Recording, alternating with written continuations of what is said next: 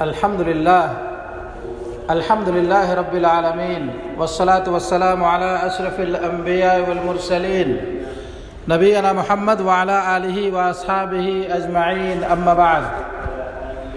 معزز دین و ملی بھائیوں، تمام تعریفیں اللہ رب العالمین کے لیے ہیں، ہم اس کی حمد و ثنا بیان کرتے ہیں۔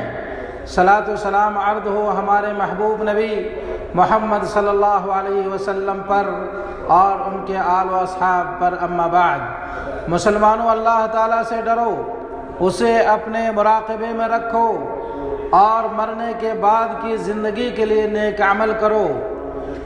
دینی بھائیوں، گھروں میں پریشانی اور مشکلات کے اسباب میں سے ایک سبب خرچ میں تفاخر اور دکھاوا ہے، جس کی وجہ سے انسان قرضوں اور مختلف قسم کی خرابیوں، بری عادتوں اور پریشانیوں کا شکار ہوتا ہے، بلکہ یہ لوگوں کے پیسوں کو باطل طریقے سے ہڑپنے اور استعمال کرنے کا سبب بنتا ہے۔ چنانچہ ہم بعض لوگوں کو دیکھتے ہیں کہ سفر کے لیے لوگوں سے قرض لیتے ہیں اور ان کے حقوق و قرضہ کو واپس نہیں کرتے۔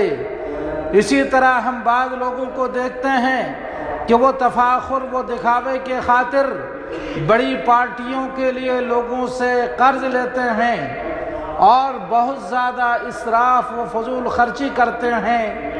انہی وجوہات کی وجہ سے مملکت سعودی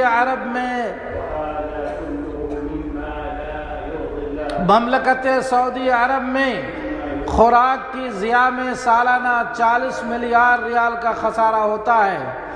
اس لیے ہر ایک کو اس نعمت کی حفاظت کرنی چاہیے اور اس کا صحیح استعمال کرنا چاہیے۔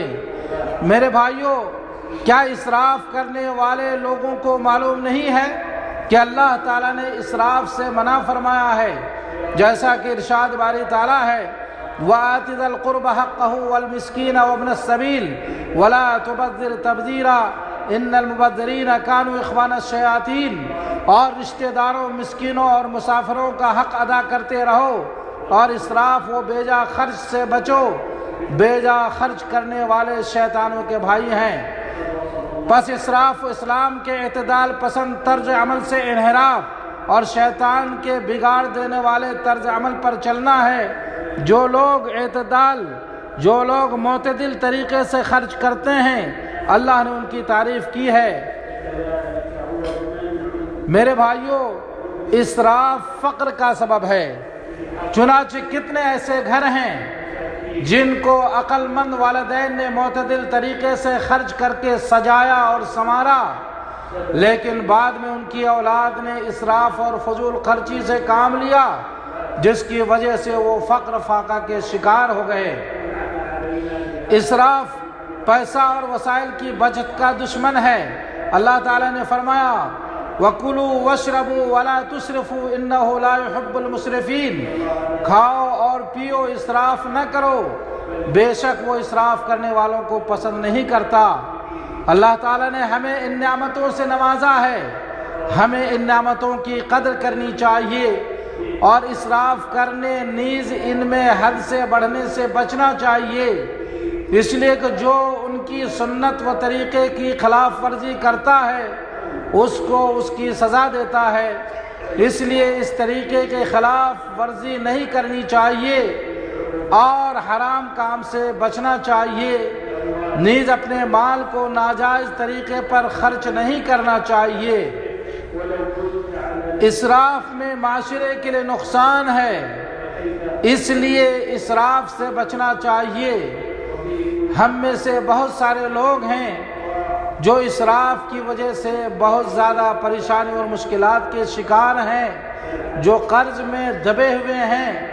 اس لیے حتی الامکان انسان کو چاہیے کہ اسراف اور فضول خرچی سے دور رہے اور اعتدال و میانہ روی کی راہ اختیار کرے، اور انسان کو چاہیے کہ کفایت شعاری کے ساتھ وہ اپنی زندگی گزارے، تاکہ انسان اس دنیا میں اپنے معاشرے کے ساتھ اور اپنے خاندان کے ساتھ انعام و اکرام کی زندگی گزار سکے۔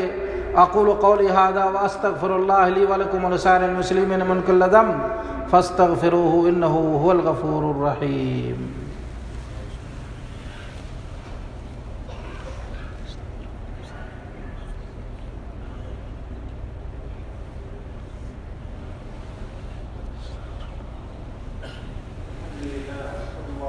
الحمد للہ وکفا وسلام علی عبادہ الذین اصطفیٰ اما بعد۔ معزز دینی بھائیوں، اللہ تعالیٰ سے ڈرو اور یہ بات اچھی طرح جان لو کہ کسی بھی کھانے کو کوڑے دان میں پھینکنا حرام ہے۔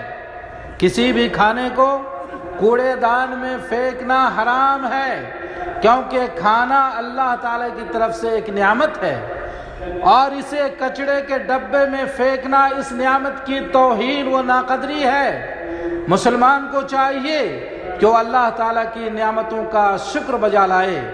نبی کریم صلی اللہ علیہ وسلم سے بہت ساری صحیح احادیث اللہ تعالیٰ کی نعمتوں کے احترام و حرص پر وارد ہوئی ہیں جو ہمارے لیے نمونہ ہیں۔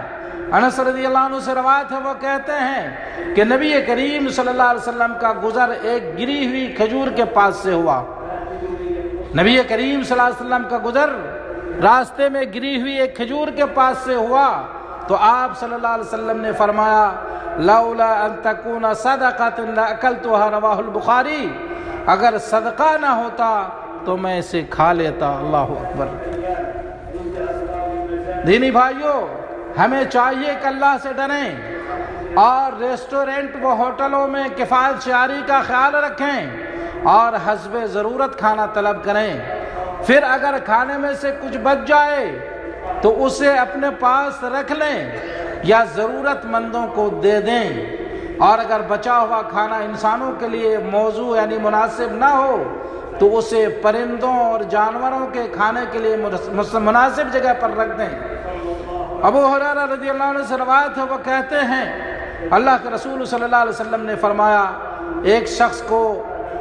اللہ کے رسول صلی اللہ علیہ وسلم نے فرمایا ایک شخص کو چلتے ہوئے دیکھا جسے شدید پیاس لگی ہوئی تھی، چنانچہ وہ ایک کنویں پر اترا اور اس سے پانی پی کر باہر نکلا تو اسے ایک ہانپتا ہوا کتا ملا جو پیاس کی وجہ سے مٹی یعنی کیچڑ چاٹ رہا تھا۔ تو اس شخص نے کہا اس کو بھی اسی طرح پیاس لگی ہے جیسا مجھے لگا تھا۔ پھر اس نے چمڑے کے موزے پر پانی بھرا اور اسے اپنے منہ سے پکڑا اور پھر کنویں سے اوپر اٹھ کر اس کتے کو پانی پلایا، اور اس شخص نے اس کے لیے اس کام کے لیے اللہ کا شکر ادا کیا تو اللہ تعالیٰ نے اسے بخش دیا، اس کی مغفرت کر دی۔ تو میرے بھائیوں، ہمیں اور آپ کو چاہیے کہ ہم اور آپ اسراف سے بچیں، فضول خرچی سے بچیں، کفایت شعاری سے کام لیں اور اللہ کی نعمتوں کی قدر کریں۔ ہم کسی بھی کھانے کو ہرگز ڈسٹ بن وغیرہ میں نہ ڈالیں، کچڑے دان میں نہ ڈالیں میرے بھائیوں، اسے حفاظت سے رکھیں۔ اگر کھانے کے لائق ہے تو کسی ضرورت مند حاجت مند شخص کو آپ اس کو صاف ستھرے کر کے دے دیں، اور اگر کھانے کے لائق نہیں ہے تو کسی جانور کو دے دیں، کسی چڑیا کو دے دیں، نا، تاکہ اللہ کی اس نعمت کی ناقدری نہ ہو، توہین نہ ہو، اور اللہ رب العالمین مزید ہمیں اور آپ کو نعمتوں سے نوازے۔ اللہ کی نعمتوں کا شکر ادا کرنا چاہیے اور ہر نعمت کی شکر ادا کرنا چاہیے۔ اللہ رب العالمین نے خود فرمایا لَإِن شَكَرْتُمْ لَأَزِيدَنَّكُمْ، اگر تم میری نعمتوں کا شکر ادا کرو گے تو میں مزید نعمتوں تمہیں عطا کروں گا۔ اس لیے ہمیں اللہ کی نعمتوں کا شکر ادا کرنا چاہیے۔ اللہ سے دعا گو کہ اللہ ہمیں اسراف اور فضول خرچی سے بچائے اور کفایت شعاری کے مطابق زندگی گزارنے کی توفیق عطا فرمائے، اور اللہ رب العالمین ہم سب کو الہ العالمین اللہ کی دی ہوئی نعمتوں کی قدر دانی نصیب فرمائے۔ دوستو، اب آئیے ہم اپنے محبوب نبی محمد صلی اللہ علیہ وسلم پر درود و سلام پیش کریں۔ اللہم صلی وسلم علی نبینا محمد وعلی آلہ واصحابہ اجمعین۔ یا اللہ تو اپنے محبوب نبی محمد صلی اللہ علیہ وسلم پر درود و سلام نازل فرما، ان پر، ان کے آل و اصحاب پر اپنی رحمتیں نازل فرما۔ یا اللہ ہمیں اپنے نبی کی محبت نصیب فرما، یا اللہ ہمیں اپنے نبی کی محبت نصیب فرما۔ ظاہر و باطنی طور پر ان کی سنت پر عمل کرنے کی توفیق عطا فرما۔ یا اللہ ہمیں ہدایت، تقوی، عفت و پاک دامنی نصیب فرما۔ یا اللہ تو ہمیں دین میں ثابت قدمی نصیب فرما، ہمارے ایمان و عقیدے کی حفاظت فرما۔ یا اللہ ہمارے ایمان و عقیدے کی حفاظت فرما۔ یا اللہ ہمیں اپنی نعمتوں کا شکر ادا کرنے اور کما حق ہو تو اپنی عبادت کرنے کی توفیق عطا فرما۔ یا اللہ تو ہمیں اپنی نعمتوں کی قدردانی نصیب فرما۔ یا اللہ تو ہمیں اسراف سے اور فضول خرچی سے بچا۔ یا اللہ تو ہمیں اسراف سے اور فضول خرچی سے بچا، اور اس دنیا میں یا الہ العالمین ہمیں شکر نعمت کے مطابق اس دنیا میں زندگی گزارنے کی توفیق عطا فرما۔ یا اللہ اسلام اور مسلمانوں کو غلبہ و کامیاب عطا فرما، شرک اور مشرکین کو ذلیل و رسوا فرما، دین کے دشمنوں کو تباہ و برباد فرما، مومنوں کو نصرت و کامیابی عطا فرما۔ یا اللہ ہمیں امن سکون کی زندگی نصیب فرما۔